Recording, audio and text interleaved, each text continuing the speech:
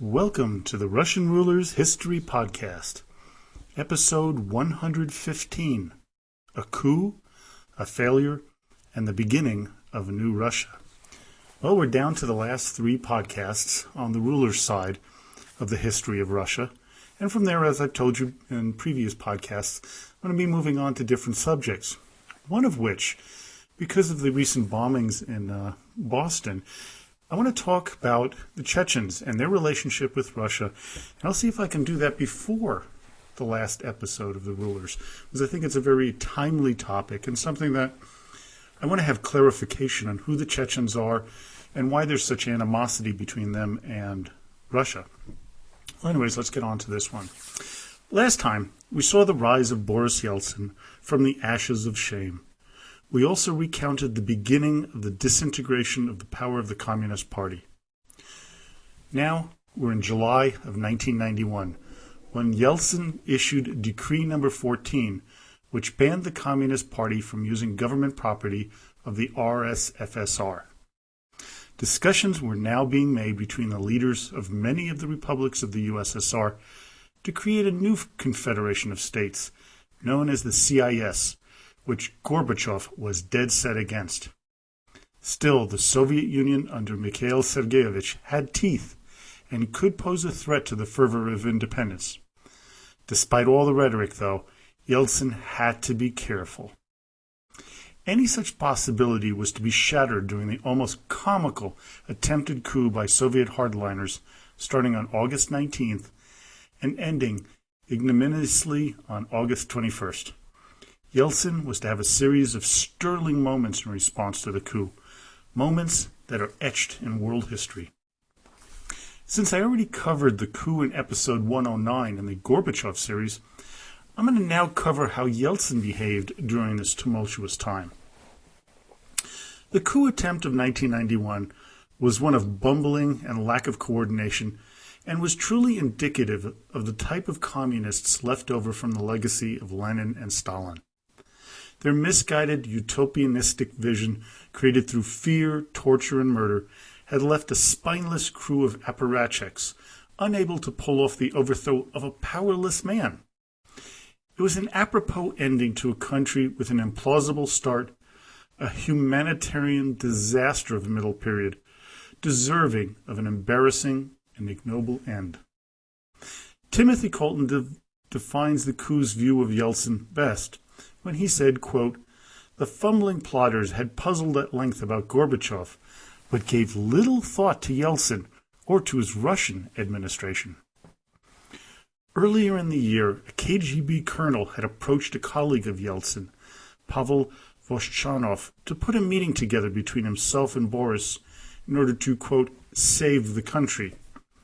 Yeltsin's reply was, "Let's see what they're going to do, but we will not have any contact with this hoodlum."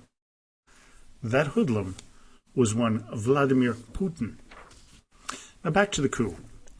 Kryachkov of the KGB vastly underestimated Yeltsin's disdain for the Soviet system.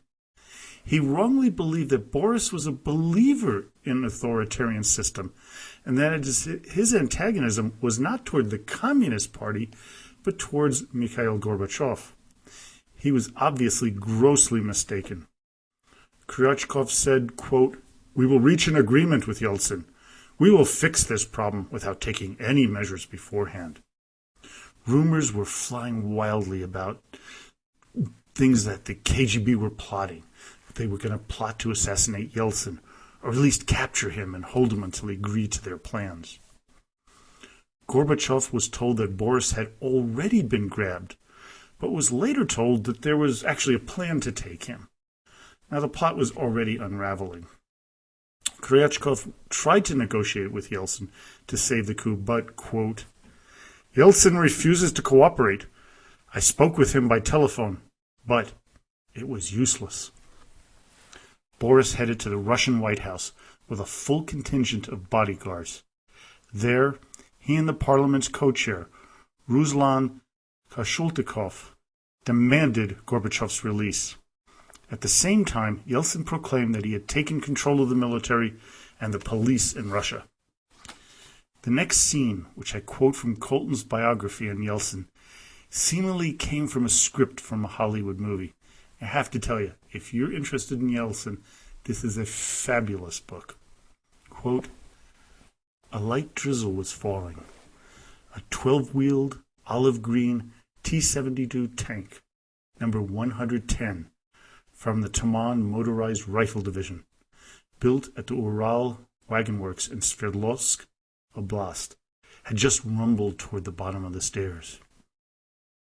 Yeltsin walked slowly down the steps, grabbed a small Russian flag from a bystander, and stood in front of the machine, intending, he said, to keep it and the 3 or 4 additional tanks behind it from coming any closer. For a second, he looked down the barrel of its cannon, confident they would not run over a president. Only when the 45 tons of metal screeched to a halt did it occur to him to heave himself onto the hull. Something in his training as a tank operator at UPI and his service as part overseer of industry in Sverdlovsk let him know how to do. Once on it, Yeltsin reached into the hatch to shake hands with the driver and gunner and improvised again. Perched on hardware that symbolized Soviet power and what had been done in its name in Budapest in 1956, in Prague in 1968, and in Kabul in 1979. He pumped his right fist twice. He then read out his appeal to the citizenry, a copy of which he had clutched in his hand as he walked out of the building, unamplified to a knot of television cameras and a sparse audience that grew from about 50 when he began to more than 150 at the end. As passerbys and shoppers from nearby stores came to have a look, Nikolai Vorontsov, the Soviet Environment Minister, Alexander Korzakov, Gennady Biropoulos, and members of his entourage scampered up the side of the tank as he spoke. The world was watching on CNN, mesmerized by what they saw, but what Soviet TV would not. By this time, a few hundred of Yeltsin's closest supporters had barricaded themselves at the White House, with gas masks and rifles by their side. 75,000 people gathered with them, either as supporters or as onlookers, gawking at a sight not seen since 1917. Calling on the military to come to his side, Yeltsin said, "Soldiers, officers, and generals, the clouds of terror and dictatorship are gathering over the whole country. They must not be allowed to bring eternal night." To the people gathered, he boomed into a microphone, "You can build a throne out of bayonets, but can you sit on it for long? I am convinced there is not and will not be any return to the past. Russia will be free." The backing of 2 key military figures solidified Yeltsin's position. Generals Yevgeny Shapshnikov of the Air Force and Pavel Grachev of the airborne troops. The evening of the 20th saw the unfortunate deaths of 3 young men, whose funeral Yeltsin went to console the families of the men. The same funeral Gorbachev was to attend, but only in body, but not in spirit. Boris was absolutely puzzled that the KGB would not storm the White House. Kryachkov just could not pull the trigger, as he felt that the ensuing death toll would be far too great. Stalin or Lenin would have had no such hesitation. But this was the Communist Party they had created and left as their legacy, a spineless, vacillating group of men without any convictions aside from keeping the status quo. The coup was over as the conspirators gave up and were arrested. Gorbachev returned to Moscow, but not as a hero, but as a shell of his former self. He was now truly a powerless man, head of a government descending into oblivion. On August 24th, 1991, the Central Committee of the Communist Party was dissolved, followed on September 5th by the USSR Congress of People's Deputies, closing down as well. Yeltsin knew his chance to knock out Gorbachev was at hand, and he took the opportunity with brutal efficiency. At a meeting of the Russian Supreme Soviet, Gorbachev was giving a speech when Yeltsin strode to the podium with television cameras rolling and shoved a transcript in front of Mikhail Sergeyevich, taken from Nikolai Vorontsov, that revealed that Gorbachev's own cabinet ministers had betrayed him. Then, as Gorbachev recalled it in his memoirs as a sadistic moment, Yeltsin forced the Soviet leader to read the embarrassing document out loud, word for word. President H.W. Bush, along with his advisor Brent Scowcroft, was watching this unfold slack-jawed. Scowcroft said, quote, "Yeltsin's telling him what to do. I don't think Gorbachev understands what happened." Bush replied, "I'm afraid he may have had it." For all intents and purposes, the real end of the Soviet Union was August 24th, 1991, the day Gorbachev read the transcript, and not on December 25th when he resigned, as nation after nation abandoned Lenin, Stalin, Khrushchev, Brezhnev, Andropov, Chernenko, and Gorbachev's version of a communist utopia. A utopia that never was.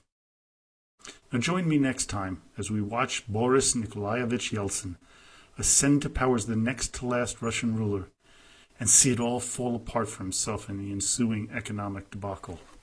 I know this has been a short version of our podcast, but don't panic. I'm going to be posting up the next one, episode number 116, in just a couple days. I was thinking about doing 2 of them in one day, but because of the way iTunes downloads things, I was going to hold off a little bit on that and just give it a couple of days. And also, on April 30th, the 3rd anniversary of the beginning of this podcast series, I will be doing episode number 117 on Vladimir Putin, and that will be the last one for the Russian rulers, and from there we will move on.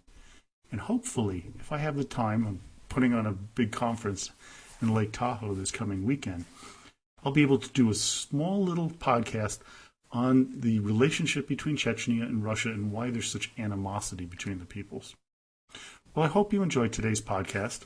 Please visit the website at www.russianrulershistory.com, where I'm counting down the best and the worst Russian rulers of all time.